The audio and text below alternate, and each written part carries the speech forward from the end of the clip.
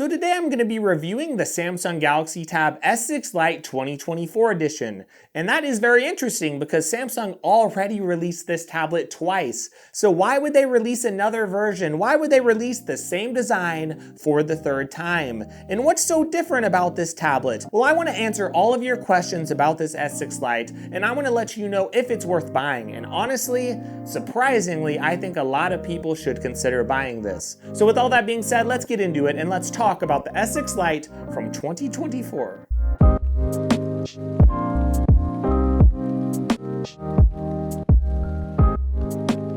Alright, so this new tablet, it is a tablet that Samsung made with the same exact design as the S6 Lite from 2022. And if you're wondering what's so different about this tablet compared to those models, there's honestly not a lot that's changed. We do have a new Exynos 1280 processor, and we also have new Android 14 software. But outside of those two things, you're not going to see many differences at all between this and those other Galaxy Tab S6 Lites. But one change you will notice is the price, because this did release at a new retail price of $330. And that might seem very steep for a device that was just re-released. It was re-released with almost everything the same, but there are some reasons to consider this. So I wouldn't consider this device because of the retail price, but one reason to consider it is all of the sales that I'm expecting to see on this device, because Samsung released this not too long ago, and when they did, they released it with a surprising $100 gift card offer from Amazon. Now, technically speaking, Amazon does show this item as an Amazon exclusive, and I can't tell you if that's a permanent thing or not, but I will say that even if this item doesn't go to other retailers, I would still expect a lot of significant sales on this tablet over time. So for $250 or for $280, is it worth it for that price? Is it worth it when you get a $100 gift card with it? And whenever I look at all of those things, I would say yes, a lot of people should actually consider this tablet, but only the right type of people, and let me explain. So if you look at the Galaxy Tab A9 Plus, it released with a very similar screen to this. Now it's a different size, it's an 11-inch screen size on that. This has a 10.4-inch screen. So some of you would actually prefer to have a smaller screen, and I really like the portability of this, and some of you might actually prefer the orientation of this device. This tablet was meant to be used in this portrait orientation. That means up and down. It wasn't really meant to be used side to side. Now you can still use it, but when I'm talking about the orientation, I'm talking about the cameras. They have one camera up here on the top, and if you look at the front-facing camera, it's also going to be on the top of the device right here. So the devices are oriented a little bit differently if you compare this with a lot of other tablets out there, but surprisingly over time I actually got used to it, and especially when you're taking notes, it's actually nice to have a little bit of extra vertical real estate. That might be one minor factor for some of you, and it might be one thing that'll turn you away from this tablet. But the other thing that I liked, of course, you get a headphone jack in the design. That's nice. It's one speaker on each side, and the speakers are fairly decent. Now I have to say though, the thing that really sets this device apart, it's not the display, it's not even the design, and it's not even the performance of this tablet. And I do understand this has a new processor. It has an Exynos 1280 processor. But if you look at the performance of that, and if you compare it to the Galaxy Tab A9 Plus, and that device released for $230 as far as the retail price,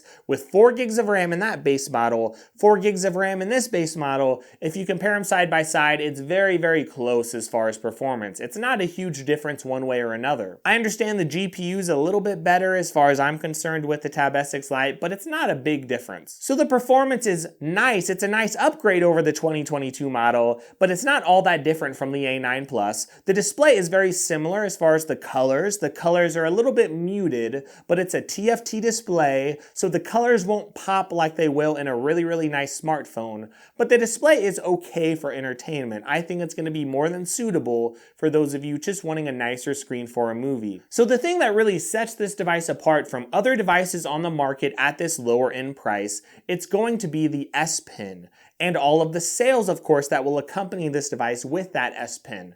So if you get a $100 Amazon gift card and you purchase this, and as long as you use that gift card on things you would buy anyway, In a way, that's like paying $230 for this device, right? And if you compare that with the A9 Plus, it's not so bad to pay a little bit more. Maybe if you see the A9 Plus on sale, you'll still pay a little bit more for the S6 Lite, but I still think it might be worth it for those of you who want an S Pen. That's the big differentiating factor here. To get an S Pen, it's not a Bluetooth S Pen, it's the same type of S Pen that you would get in the S6 Lite from 2020 and 2022. But regardless, getting that S Pen and using it, by the way, with this nice portrait orientation, it gives you a lot of room to work with whenever you are taking notes. And this tablet with a smaller screen size, it feels very, very lightweight. It is great for taking basic notes with an S Pen. And if that's something you really want to do, you could get a nice performance upgrade over the previous Galaxy Tab S6 Lites. You could get a good performance bump, or it would be very close, I should say, to the A9 Plus.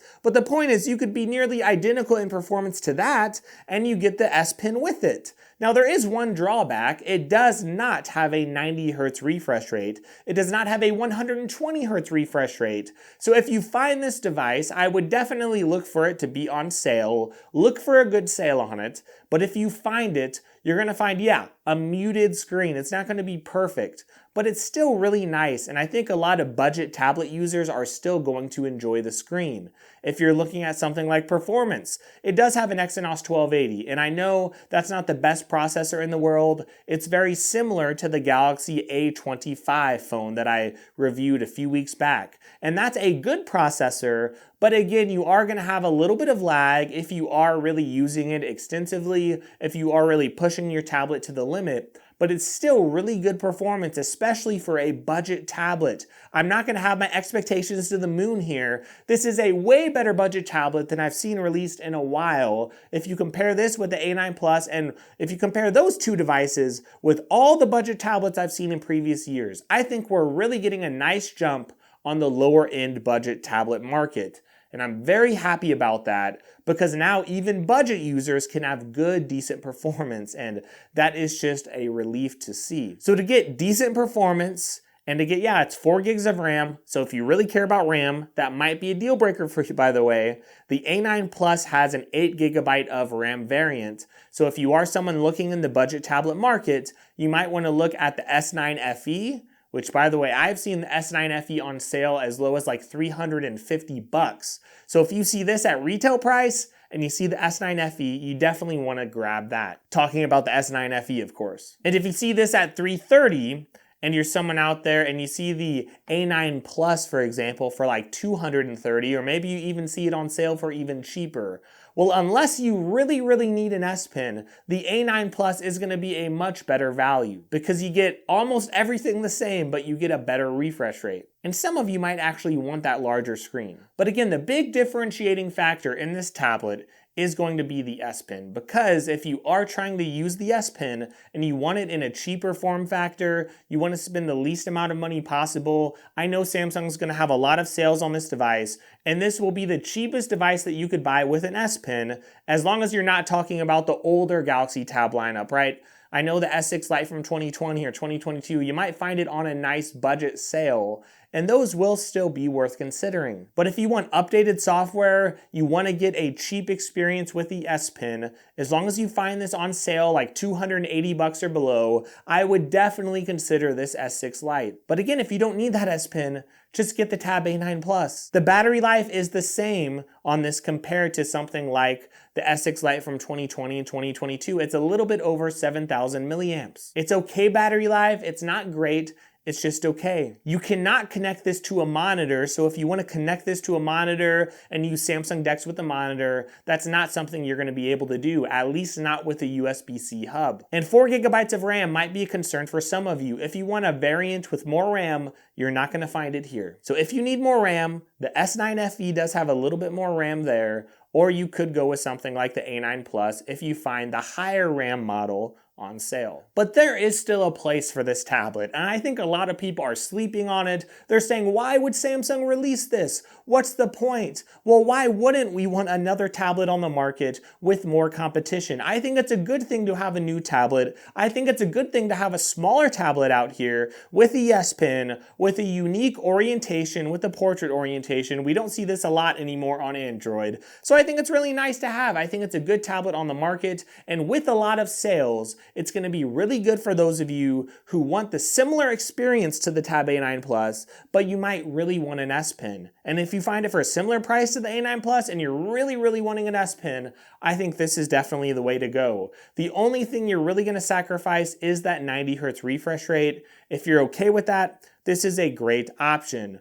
No, you do not get any great biometric authentication. You still have to deal with face unlock, and it doesn't work great in all lighting conditions. So I understand that, but it is a budget tablet, and I do think it does fairly well as long as you're not paying retail price. If you paid a retail price, I wouldn't say it's a terrible deal, but with the S9 FE going on all these sales, it's such a good deal. And that's why I wanted to make this video, because a lot of tech reviewers out there, they give you a lot of advice just based on the retail price, and then they move on with their lives. And they don't really tell you about the tablet market. They're not gonna tell you how things fluctuate. They're not gonna tell you what might be a good deal and what sales you might expect, because they don't pay attention to any of that. A lot of times they just pick it up, they look at the retail price, and they say yes or no. But I want to give you advice that will last beyond like 2 weeks or beyond 1 month with this device. I want you to be able to watch this review 6 months from now and make a decision on if it's worth buying. And it is a good tablet. It's worth buying for some of you,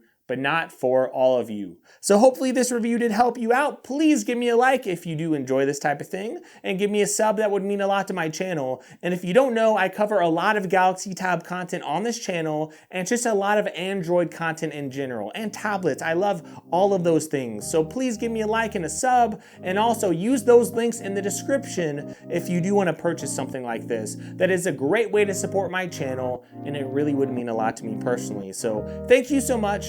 I hope you have a great day. I hope you enjoy your week, and please enjoy some other videos if you get a little bit of time.